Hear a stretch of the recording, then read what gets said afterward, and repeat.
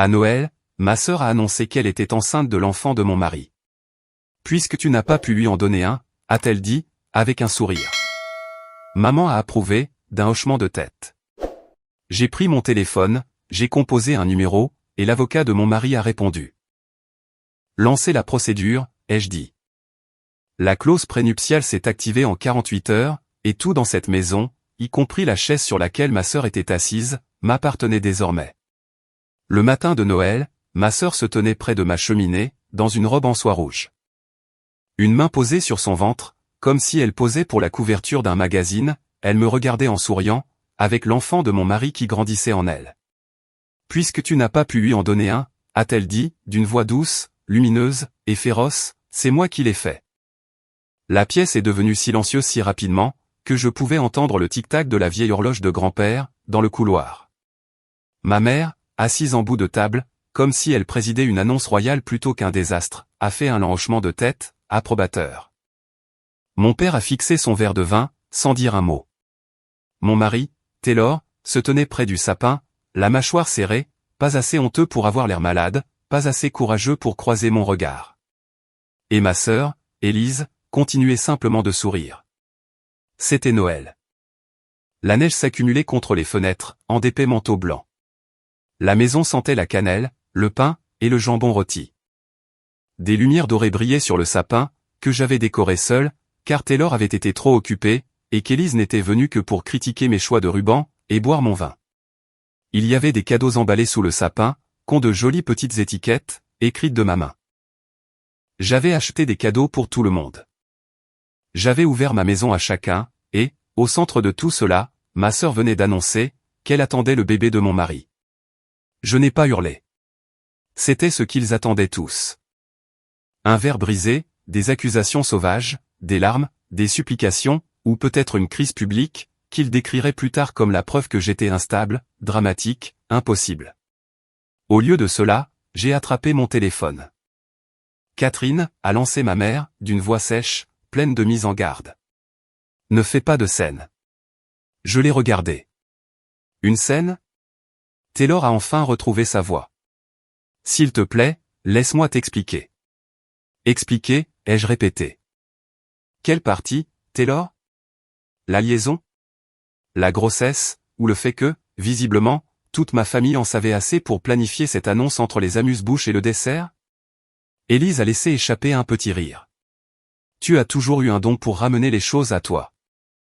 Je me suis tourné vers elle, et, pour la toute première fois, son sourire a vacillé, parce que je ne pleurais pas. J'ai fait défiler mes contacts jusqu'à un numéro, que j'avais enregistré des mois auparavant, sous un faux nom. Non pas parce que j'avais anticipé ce moment précis, mais parce que, quelque part au fond de moi, sous toutes les excuses, les mensonges nocturnes, et la façon dont Taylor avait cessé de me toucher, sauf si quelqu'un d'autre nous regardait, je savais que quelque chose de sombre se préparait. L'avocat a répondu à la deuxième sonnerie. Cabinet de maître Whitmore. Tous les regards étaient braqués sur moi. J'ai gardé une voix calme. Ici Catherine Val. Il y a eu une pause, puis, d'un ton mais plus prudent, oui, Madame Val. Allez-y, ai-je dit. Taylor est devenu blême. Non pas nerveux, ou confus. Blême. L'avocat n'a pas demandé ce que je voulais dire.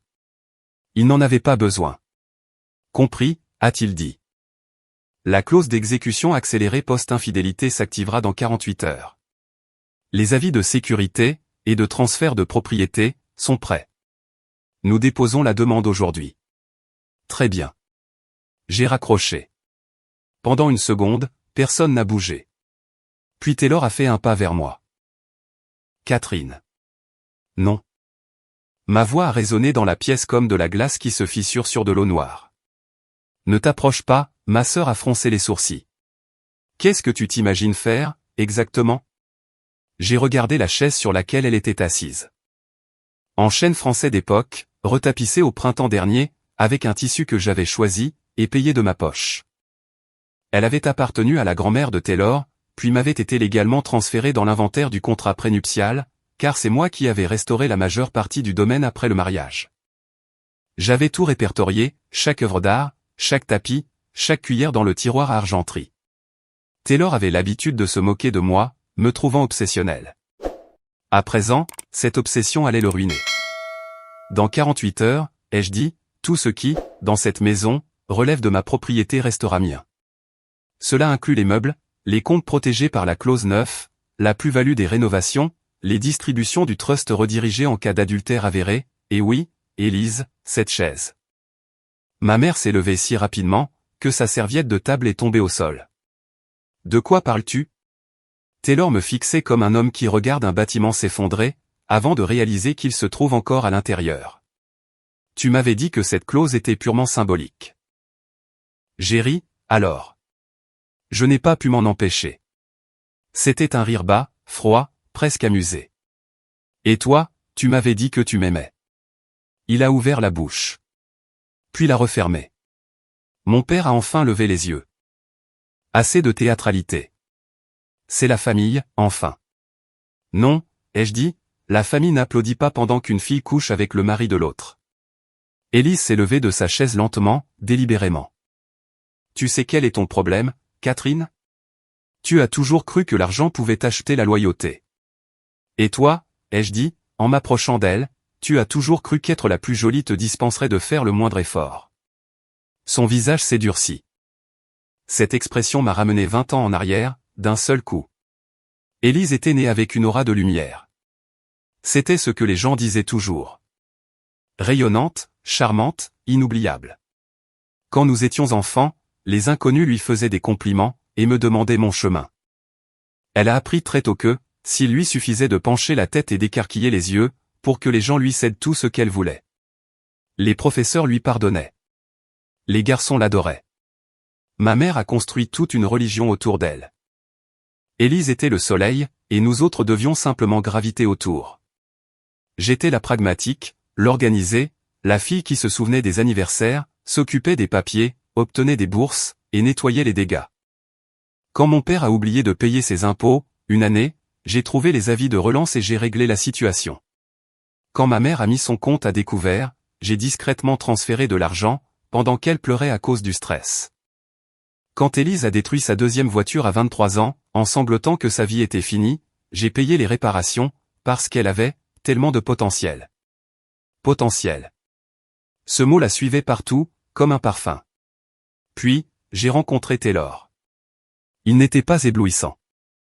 Il était raffiné, éloquent, issu de la vieille bourgeoisie, essayant de faire passer son éducation pour de l'humilité. Nous nous sommes rencontrés lors d'un gala de charité, auquel j'assistais uniquement parce que mon cabinet parrainait une table. Il semblait m'admirer pour des qualités que les autres ignoraient, la compétence, la réserve, la discipline. Il disait aimer le fait que je n'ai jamais besoin de faire le spectacle pour plaire. Quand il m'a demandé en mariage 18 mois plus tard, ma mère a pleuré plus fort que moi. Non pas parce qu'elle l'aimait, mais parce qu'elle adorait ce qu'il représentait. La famille Val avait de l'argent, des terres, de l'influence. Épouser Taylor nous élevait tous, en particulier Élise, même si aucun d'entre nous ne le voyait encore. Les fissures sont apparues après la deuxième année de mariage. Nous avons essayé d'avoir un bébé, discrètement d'abord, puis médicalement, puis désespérément. Des examens, des spécialistes, des injections, des graphiques, des sourires forcés dans les salles d'attente, et le silence lourd sur les parkings. Le problème venait de moi, selon le premier médecin. Puis c'est devenu incertain, puis improbable, mais pas impossible. Chaque réponse ressemblait à une nouvelle déclinaison de mon insuffisance. Taylor me serrait la main lors des rendez-vous, et me répétait que nous formions une équipe. À la maison, il est d'ailleurs devenu distant. Il a cessé de me demander comment je me sentais. Il a commencé à travailler plus tard. Son téléphone était toujours posé face contre table. Ses compliments sont devenus logistiques, tu as magnifiquement géré le dîner, la maison est superbe, merci d'avoir envoyé ce chèque. Je pensais que le chagrin l'avait vidé de l'intérieur. Je ne comprenais pas qu'il avait simplement déplacé son désir ailleurs. Élise s'est immiscée dans nos vies, de la même façon que le lierre pénètre dans la fissure d'un mur, discrètement, naturellement, jusqu'à ce qu'un jour, la moitié de la maison soit étouffée. Elle passait souvent après sa dernière rupture en date. Taylor disait qu'elle se sentait seule. Maman disait que je devais être gentille. Élise s'enroulait sur mon canapé, buvait du thé importé, et posait des questions étranges, avec un petit sourire mielleux. Est-ce que tu as peur, parfois, Que Taylor ait besoin de plus d'excitation? Tu ne penses pas que les hommes ont besoin de laisser une descendance? Est-ce que tu as envisagé le fait qu'il soit tout simplement déçu? J'aurais dû la mettre dehors dès la première fois. Au lieu de cela, je me servais un autre verre de vin, et m'efforçais d'être au-dessus de tout cela. Cela avait toujours été mon rôle, encaisser, m'adapter, endurer. Puis, il y a eu cette fête d'été, dans la maison du lac de mes parents. J'ai trouvé Taylor et Elise sur le ponton, après minuit, debout, trop proches l'un de l'autre, se parlant à voix trop basse. Quand ils m'ont vu, ils se sont écartés avec une hâte si coupable, que cela en aurait été risible si cela ne m'avait pas brisé le cœur. Elise a levé les yeux au ciel. Détends-toi. On discutait, c'est tout. Taylor m'a embrassé le front plus tard, et m'a traité de paranoïaque. Je me suis excusé. Je me suis excusé. Encore aujourd'hui, c'est cette partie-là qui me donne le plus la nausée. Je suis resté, parce que je voulais des preuves, car l'intuition ne suffit jamais, lorsque les gens qui vous entourent sont passés maîtres dans l'art de transformer votre douleur en arme contre vous. Alors, j'ai commencé à être attentive. J'ai copié des documents. J'ai appelé l'avocat qui avait négocié le contrat prénuptial avant notre mariage. Un homme austère, et brillant, que le père de Taylor avait sous-estimé, parce qu'il était tout poli pour montrer ses crocs. J'ai posé des questions hypothétiques. Il m'a rappelé l'existence de la clause 14. Si l'adultère était prouvé par des relevés financiers, des journaux de communication, des témoignages de témoins, ou une grossesse établissant l'infidélité durant la période du mariage, la protection accélérée des actifs pouvait être déclenchée. Taylor l'avait signé, parce qu'il supposait que j'étais la seule à avoir quelque chose à perdre. Les hommes de son espèce imaginent rarement que les conséquences puissent s'appliquer à eux-mêmes. Puis, 3 semaines en de Noël, j'ai trouvé le bracelet. Un bracelet de tennis en diamant, fabriqué sur mesure, qui n'était pas le mien. Le reçu se trouvait dans la poche du manteau de Taylor, acheté chez un bijoutier dont il s'était pourtant moqué autrefois, le trouvant vulgaire. La gravure indiquait, pour tout ce qui est à venir. Je suis resté assise dans ma voiture, devant cette bijouterie, pendant 1 heure entière, les mains glacées sur le volant, tandis que la vérité s'assemblait pour former une réalité tranchante, impossible à ignorer. Le 22 décembre, la preuve finale est arrivée, enveloppée dans du velours rouge, sur le pas de ma propre porte. Elise, dans un élan de joie feinte, a montré son bracelet à ma mère, pendant que je déchargeais les courses. Taylor a un goût exquis, a-t-elle dit, avant de réaliser la portée de sa gaffe. Ma mère a vu mon visage, et pourtant, elle n'a rien dit. C'est à ce moment-là que j'ai appelé l'avocat pour la première fois. Au matin de Noël, j'étais prête. Pas guérie, pas apaisée, mais prête. De retour dans la salle à manger, Elise a croisé les bras sur son ventre. Tu ne penses tout de même pas qu'un simple bout de papier va changer quoi que ce soit. Taylor et moi allons avoir un bébé. C'est concret, ça. Taylor a tressailli. Elise. Oh, ne commence pas, a-t-elle répliqué sèchement. Tu avais dit que tu lui dirais. J'allais le faire. Quand, ai-je demandé. Après le nouvel an? Après que la chambre du bébé ait été peinte? Après que ma mère ait organisé votre dîner de bénédiction? Personne n'a répondu. Ma mère a redressé le menton. C'est tragique, oui, mais l'arrivée d'un enfant change la donne. Je l'ai fixé du regard. Tu savais. Son silence a été une réponse suffisante.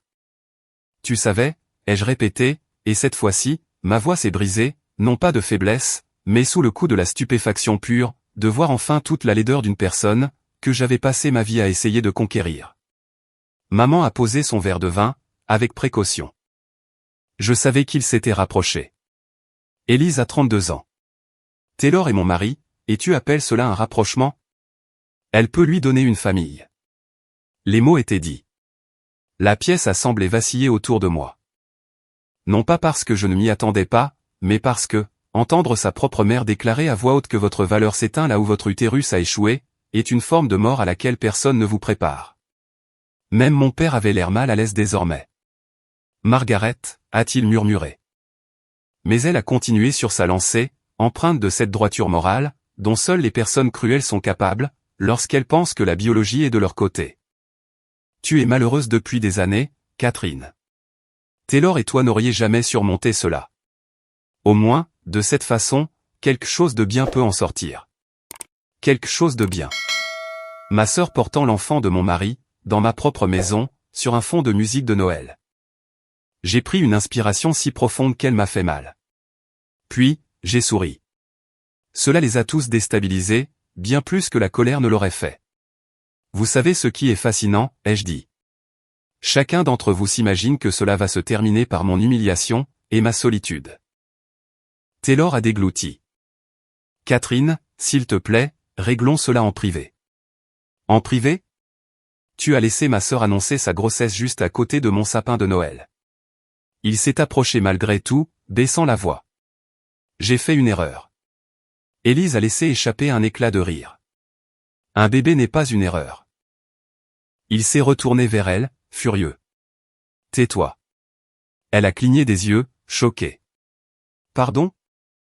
Non, a-t-il dit, et quelque chose dans son masque silice s'est enfin brisé. Tu avais promis que cela se passerait calmement. Calmement, la voix d'Élise a monté d'un ton. Tu avais promis de la quitter. Taylor a passé une main sur son visage. J'y travaillais. J'ai ri, pour de bon. Tu y travaillais? Bien sûr. Soudain, tout le monde s'est mis à parler en même temps. Ma mère exigeait du calme, Élise criait sur Taylor, et mon père réclamait le silence, dans une maison où, d'ici 48 heures, il n'aurait légalement plus le droit d'entrer sans ma permission. En effet, j'avais financé le rachat de l'annexe du domaine, et l'avais intégré dans un trust que Taylor n'avait jamais pris la peine de lire. C'était là toute la beauté d'être sous-estimé, cela laisse des traces écrites. Je les ai laissés se disputer pendant une minute entière, avant de reprendre la parole. Voici ce qui va se passer maintenant, ai-je dit. Ils se sont tus. Taylor, tu vas quitter cette maison aujourd'hui. Pas demain. Aujourd'hui. Tu peux prendre tes vêtements personnels, tes montres, et tous les articles explicitement répertoriés dans l'inventaire de tes biens propres. C'est tout. Son visage s'est durci. Tu ne peux pas me jeter hors de ma propre maison. C'est déjà fait. Il m'a dévisagé. Je me suis dirigé vers le buffet, j'ai ouvert le tiroir du haut, et j'en ai sorti un dossier. À l'intérieur se trouvaient des copies, jamais les originaux, je n'étais pas imprudente, du contrat prénuptial, des avenants au trust, des accords sur la plus-value des rénovations, et de l'avis d'exécution pour adultère, déjà horodaté par mon avocat. Je lui ai tendu la première page. Ses yeux l'ont parcouru d'un coup, puis une seconde fois, plus rapidement. Ses mains ont commencé à trembler. Non, a-t-il dit. Non, c'est impossible. Ça ne l'est pas, mon père s'est approché. Fais-moi voir ça. Je lui ai donné la seconde copie. Et read more slowly, son visage se vidant de ses couleurs. Taylor, a-t-il fini par dire. Taylor n'a rien répondu. Catherine, a lancé ma mère. Tu ne vas tout de même pas détruire une famille par pure rancune. Je l'ai regardé droit dans les yeux. Vous l'avez déjà détruite. Je ne fais que fermer les portes à clé.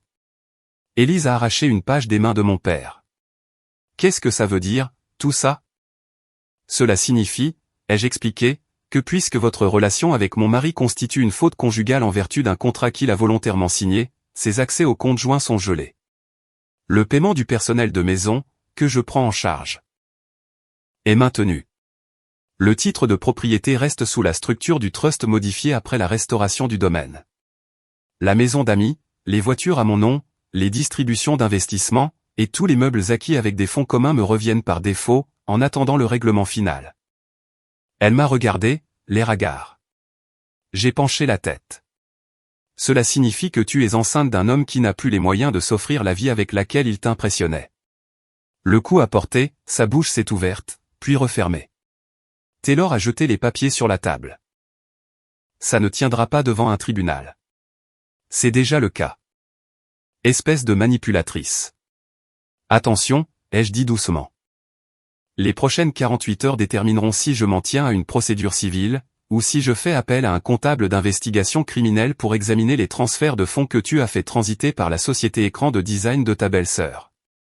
Un silence de mort s'est installé. Taylor s'est figé, car il ne s'attendait pas à ce que je sois au courant de ce détail. Élise s'est tournée vers lui, lentement. Quelle société écran? Il n'a rien dit. J'ai presque eu pitié de lui, à ce moment-là.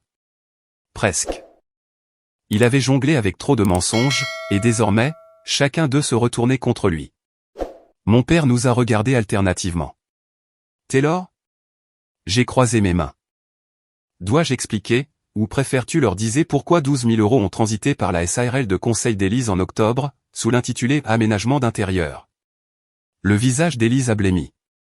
Taylor m'a dit que c'était la compte pour la chambre du bébé. J'ai souri, sans la moindre chaleur. Oh, ma chérie. Il n'y aura pas de chambre de bébé ici.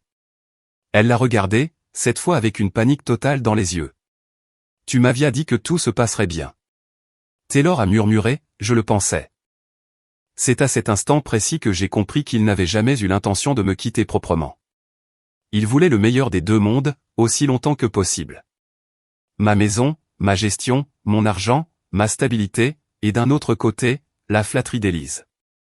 Le chaos d'Élise. La fertilité d'Élise. Les hommes comme Taylor appellent cela de la complexité, alors qu'il s'agit simplement de cupidité. Ma mère pleurait désormais. De vraies larmes.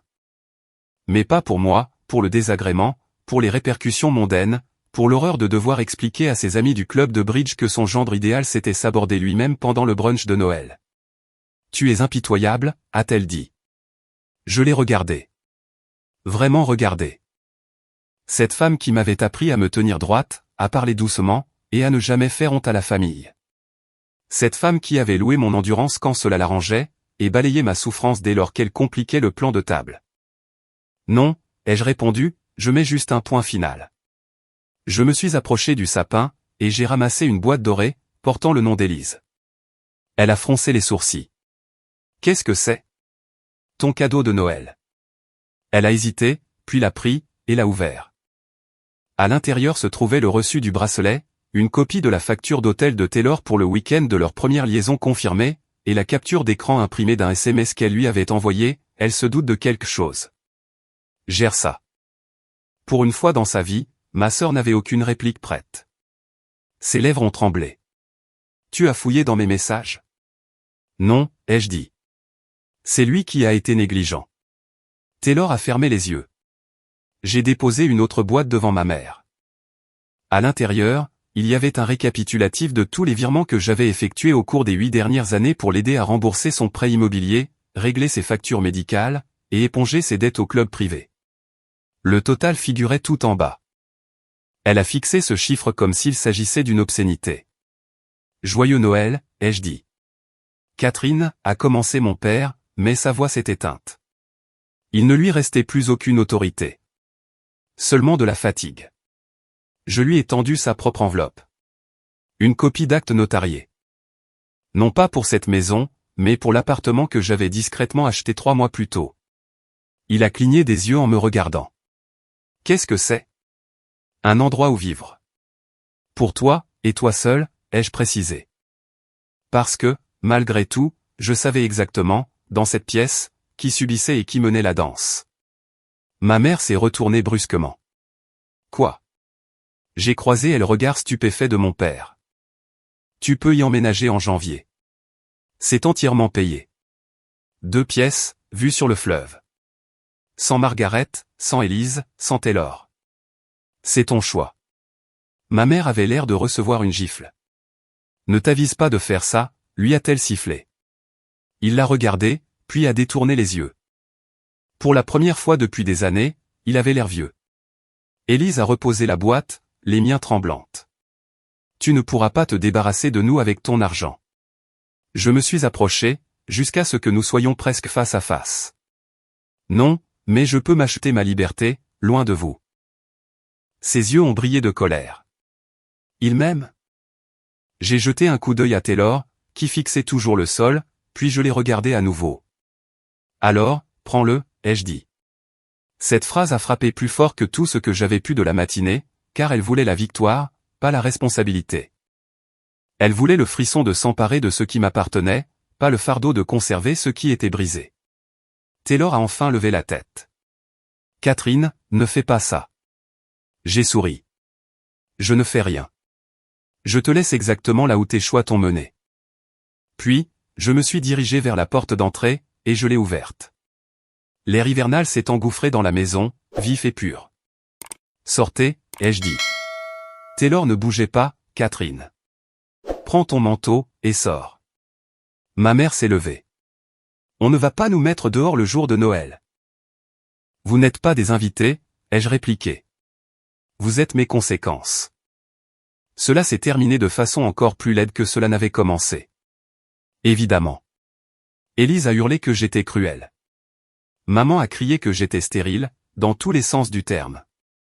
Taylor a essayé à 2 reprises de me coincer dans le couloir, et une fois de me toucher le bras, comme si ses doigts avaient encore des droits ici.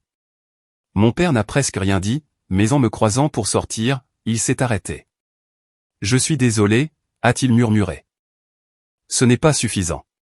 Loin de l'être, mais c'est sincère. Alors, j'ai hoché la tête. À 15h cet après-midi-là, la maison était vide, à l'exception de moi, du sapin, et du repas gâché qui refroidissait sur la table. Je suis resté debout dans le silence, jusqu'à ce que je me mette à trembler. Non pas de faiblesse, mais sous le coup de l'effort monumental qu'il m'avait fallu pour tenir le coup pendant des heures, tandis que les personnes qui auraient dû m'aimer le plus, me montraient exactement ce que j'avais représenté pour elles. Une épouse, jusqu'à ce que je ne puisse plus procréer. Une fille, jusqu'à ce que je devienne embarrassante. Une sœur, jusqu'à ce que j'aie quelque chose qui vaille la peine d'être volé. Je me suis laissé glisser contre les placards de la cuisine, et j'ai pleuré là, par terre, dans mon chemisier de Noël en soie. Le mascara me brûlait les yeux, ma poitrine me faisait mal, mon corps se repliant sur lui-même autour de cette ultime vérité. Puis, quand la crise est passée, je me suis relevé. J'ai rangé le jambon, j'ai éteint le four, je me suis versé un verre de vin, et j'ai appelé le serrurier. Les 48 heures suivantes ont été brutales. Taylor a envoyé des messages allant de la supplication à la fureur, en passant par le pathétique. Il disait qu'il avait commis une terrible erreur, qu'Élise l'avait manipulé, que le bébé changeait tout, et que nous pouvions encore nous protéger mutuellement si j'arrêtais la procédure de divorce.